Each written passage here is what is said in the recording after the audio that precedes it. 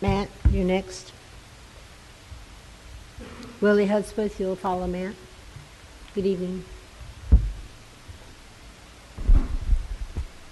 Evening.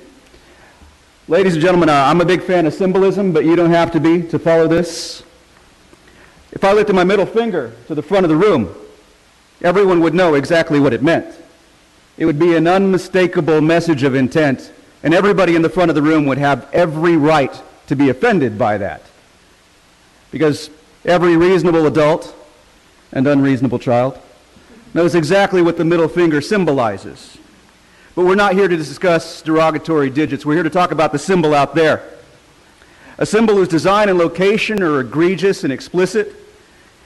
It's an archway to this courthouse where people came to seek justice. But in order to get here, everyone, not just people of color, but especially people of color, had to walk under a symbol deifying men who fought for the right to enslave. They had to submit to its will before getting what was often a false sense of justice. And it stands as a vigilant reminder to this day that no matter what many asked the court, the fix was in.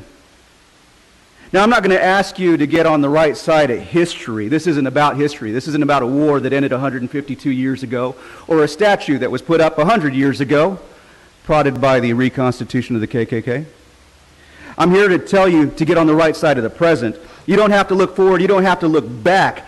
You only have to recognize what is good and just and fair in this present. And you need to ask yourselves, do you want this courthouse, this symbol of justice, to be a slave to some antiquated desire to own black people? Do you want our town to be a resort for white nationalist fanboys and fetishists to come and worship that idol? If so, then do nothing. Snuggle up to racism, nostalgia, make your bed with it.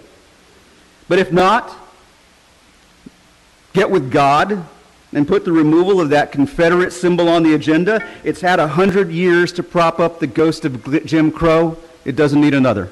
Thank you. Willie Hudspeth.